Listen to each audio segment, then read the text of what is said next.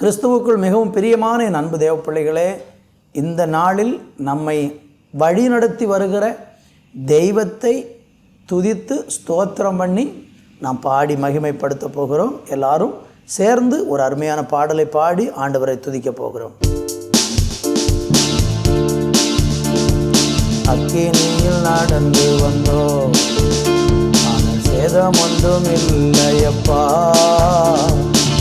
நீரை கடந்து வந்தோம், நாங்கள் போகி போகவில்லையப்பா. அக்கினியில் நடந்து வந்தோம், ஆனால் சேதம் ஒன்றும் இல்லையப்பா. தண்ணீரை கடந்து வந்தோம், நாங்கள் போகி போகவில்லையப்பா. உங்க கிருபை எங்களை விட்டு இமை பொழுதும் விலகலப்பா. உங்க கிருபை எங்களை விட்டு இமை பொழுதும் விலகலப்பா. எங்கள் தேவன் நீ, எங்கள் ராஜா நீ, நாங்கள் போற்றிடும் எங்கள் கண்மலை நீர். எங்கள் தேவன் நீ, எங்கள் ராஜா நீ, நாங்கள் போற்றிடும் எங்கள் கண்மலை நீர். அக்கினியில் நடந்து வந்தோம், ஆனால் சேதம் ஒன்றும் இல்லையப்பா. தண்ணீரை கடந்து வந்தோம், நாங்கள் மூழ்கி போகவில்லையப்பா. உங்க கிருபை எங்களை விட்டு இமை பொழுதும் விலகலப்பா. உங்க கிருபை எங்களை விட்டு இமை பொழுதும் விலகலப்பா. கடலை நீர் பிளந்தி செம்மையான பாதை தந்தி. எரிகோவின் கோட்டைகளை உம் யோசனையால் தகர்த்தி. செங்கடலை நீர் பிளந்தி செம்மை பாதைகளை நீர் தந்தி. கோட்டைகளை யோசனையால் உங்க யோசனையால் நீர் தகர்த்தி. அந்த கோலியாத்தின் கோஷங்களை ஒரு நொடியில் வென்று விட்டி. அந்த கோலியாத்தின் கோஷங்களை ஒரு நொடியில் வென்று விட்டி. எங்கள் தேவன் நீ, எங்கள் ராஜா நீ, நாங்கள் போற்றிடும் எங்கள் கண்மலை நீர். எங்கள் தேவன் நீ, எங்கள் ராஜா நீ, நாங்கள் போற்றிடும் எங்கள் கண்மலை நீர். அக்கினியில் நடந்து வந்தோம், ஆனால் சேதம் ஒன்றும் இல்லையப்பா. தண்ணீரை கடந்து வந்தோம், நாங்கள் மூழ்கி போக இல்லையப்பா. உங்க கிருபை எங்களை விட்டு இமை பொழுதும் விலகலப்பா. உங்க கிருபை எங்களை விட்டு இமை பொழுதும் விலகலப்பா. நன்றியோடு உம்மை ஸ்தோத்தரிக்கிறோம், நன்றியோடு உம்மை ஸ்தோத்தரிக்கிறோம். உம்முடைய கிருபை ஒன்று மட்டும்தான் எங்களை தாங்குகிறதற்காய் நன்றி. உம்முடைய கிருபை இல்லாமல் எங்களால் வாழவே முடியாது ராஜா. உம்முடைய கிருபை எங்களை தாங்குகிறதற்காக ஸ்தோத்திரம். தொடர்ந்து நீர் வழி நடத்தும். இயேசுவின் நாமத்தில் ஜெபிக்கிறோம் பிதாவே, ஆமேன், ஆமேன்.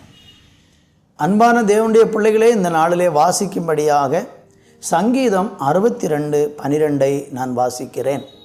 மனுஷரை எங்கள் தலையின் மேல் ஏறி போக பண்ணினீர், தீயையும் தண்ணீரையும் கடந்து வந்தோம், செழிப்பான இடத்தில் எங்களை கொண்டு வந்து விட்டீர்.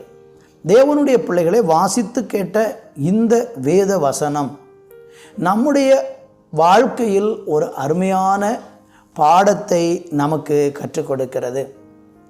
எப்படிப்பட்ட பாடத்தை நமக்கு கற்றுக் கொடுக்கிறது என்றால், மனுஷரை தேவன் நம்முடைய தலையின் மேல் ஏறி போக பண்ணுகிறார். நம்மளை தீயையும் தண்ணீரையும் நாம் கடந்து போனாலும் தேவன் நம்மளை செழிப்பான இடத்தில் கொண்டு வந்து விடுவார் என்று விட்டார் அல்லது விட்டீர் என்று சங்கீதக்காரன் சொல்கிறார். இது ஒரு அனுபவம், சங்கீதக்காரனுடைய ஒரு அனுபவம் இது. இன்றைக்கு பாருங்கள், இந்த உலகத்தில் காரணமில்லாமல் நம்மளை துன்பப்படுத்துகிற மனிதர்களை நீங்கள் பார்க்க முடியும்.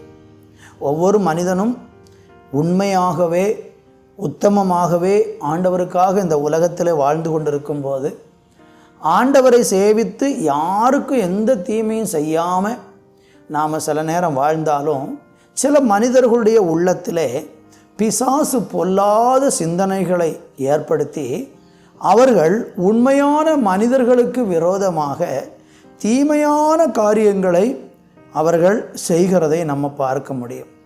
உதாரணத்திற்கு, நம்முடைய ஆண்டவராகிய இயேசு கிறிஸ்து இந்த உலகத்தில் வந்தபோது அவர் உத்தமமும் உண்மையுமாக இந்த உலகத்தில் மற்றவர்களுக்கு ஒரு நல்ல முன்மாதிரியான வாழ்க்கை வாழ்ந்து அந்த வாழ்க்கையை பின்பற்றுவதற்கு அடையாளப்படுத்தி மாதிரியை வைத்து போனவர் நம்முடைய ஆண்டவர். ஆனால் அந்த ஆண்டவராகிய இயேசு கிறிஸ்துவை பாருங்கள், அவருக்கு எவ்வளவு தீமைகள் இந்த உலகத்தில் இழைக்கப்பட்டது, எத்தனை பாடுகள் அவர் சந்தித்தார். மனிதர்களாலே அவருக்கு விரோதமாக எத்தனை தீமையான காரியங்கள் செய்யப்பட்டது. நீங்கள் நேரம் எடுத்து சங்கீதம் 2ஆம் சங்கீதத்தை வாசித்து பாருங்கள். உலகத்தில் மனிதர்கள் அபிஷேகம் பண்ணப்பட்ட அந்த தேவனுடைய குமாரனுக்கு விரோதமாக கூட்டங்கூடி அவங்க செய்யக்கூடிய தீமைகளை எல்லாம் அங்கே நம்ம பார்க்க முடிகிறது. இதுபோல் நம்முடைய வாழ்க்கையில் இயேசுவை பின்பற்றக்கூடிய, இயேசுவை நேசித்து அவருடைய வழிகளில் நடக்கக்கூடிய மனிதர்களுக்கும் இந்த விதமான ஒரு துன்பம் வருவதற்கு வாய்ப்புகள் அதிகமாக இருக்கிறது. ஆனால் அந்த துன்பம் வரும்பொழுது நாம் சில நேரம் சோர்ந்து போயிடக்கூடாது. நம்மளை சிலர் துன்புறுத்துவாங்க, நமக்கு விரோதமாக தீமை செய்வாங்க. அதுக்கெல்லாம் பல காரணங்கள் இருக்கிறது. ஒன்று, ஈசாக்கு அவன் விதை விதைத்த காலத்திலே, கேராரூரில் சென்று விதை விதைத்த காலத்திலே அவனுக்கு வர வர அவனை கர்த்தர் விருத்தியடைய பண்ணின போது அந்த தேசத்தில் இருந்த ராஜாவுக்கும் ஜனங்களுக்கும் இவன் மேலே ஒரு பொறாமை உண்டானது. அந்நிய தேசத்திலிருந்து அடுத்த இடத்திலிருந்து நம்ம இடத்துல வந்து திடீரென்று விதை விதைத்து இவன் மேன்மை அடைகிறானே என்றபோது ஒரு பொறாமை ஏற்பட்டு அவனுடைய எல்லா துறவுகளையும் தூர்த்து போட்ட சம்பவத்தை நீங்கள் ஆதியாகம புஸ்தகத்தில் பார்க்க முடியும். அன்பு தேவனுடைய பிள்ளைகளே, பொறாமையினாலே சில நேரம் நம்ம துன்பப்படுத்தப்படுகிறதை பார்க்கிறோம். ரெண்டாவது, நீங்கள் வேதத்திலே படித்து பார்த்தீங்கன்னா தானியேலின் புஸ்தகத்தில் வாசித்தால், தானியேல் தேவனுக்கு உண்மையாக தேவனண்டையிலே போய் ஜெபித்து தேவனோடு உள்ள உறவிலே உத்தமமாக வாழ்ந்தார். அவர் மேலே ஏதாவது குற்றத்தை சாட்டலாம் என்று அவனை அந்த தேசத்தில் உள்ள பாபிலோன் தேசத்தில் உள்ள மற்ற அதிகாரிகள் தேடினார்கள். எந்த குற்றமும் காணாததுனால அவன் ஜெபம் பண்ணுகிறான் என்கிற ஒரே ஒரு காரணத்தை காட்டி அவனை சிங்கக்கவியிலே தூக்கி போட்ட சம்பவத்தை நம்ம வேதத்தில் பார்க்க முடிகிறது. ஆனால் இந்த சம்பவங்கள் எல்லாம் நம்ம ஆராய்ந்து பார்த்தா அங்கே எல்லாம் தேவன் அவங்க மனிதர்களை தலையின் மேலே ஏறி போக பண்ணினார். ஆனாலும் தீயையும் தண்ணீரையும் அவங்க கடந்து வந்தாங்க. கர்த்தர் அவங்கள செழிப்பான இடத்துல கொண்டு வந்து விட்டார். ஈசாக்குக்கு ஒரு நல்ல உயர்வு கிடைத்தது.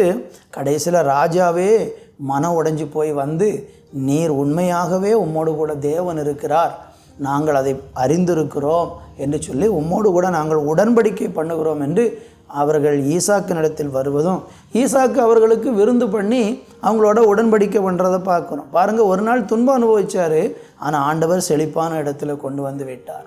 தானியேலை பாருங்கள், அவருக்கும் துன்பம் வந்தது, ஆனால் சிங்கத்தின் வாயை அடைத்து அந்த எல்லா மனிதர்களுக்கு முன்பாக தானியேல் ஆராதிக்கிற தேவனே தேவன் என்று ராஜா தேசத்தில் அறிக்கையிட்டு, இந்த தானியேலை யாராகிலும் ஏதாவது செய்தால் அவர்கள் அதிக ஆக்கினை அடைவார்கள் என்று தானியேலுடைய தலையை உயர்த்துகிறதை பார்க்கிறோம்.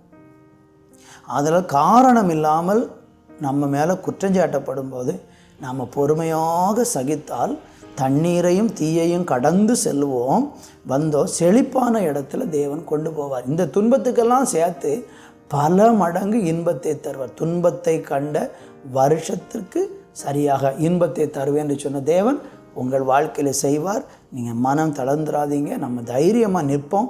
தேவன் நம்மோடு இருப்பார். ஜெபிப்போம். நல்ல பிதாவே, இந்த நாளில் எங்களோடு பேசின உங்களுடைய நல்வார்த்தைகளுக்காக நன்றி. இந்த வார்த்தைகள் மூலம் தொடர்ந்து எங்களோடு இடைப்படும், எங்களை ஆசீர்வதியும். பேசின ஒவ்வொரு வார்த்தைகளும் ஒவ்வொருடைய உள்ளத்தையும் ஆற்றி தேற்றட்டும், திடப்படுத்தட்டும், நம்பிக்கை தரட்டும். இயேசுவின் நாமத்தில் பிதாவே, ஆமேன், ஆமேன்.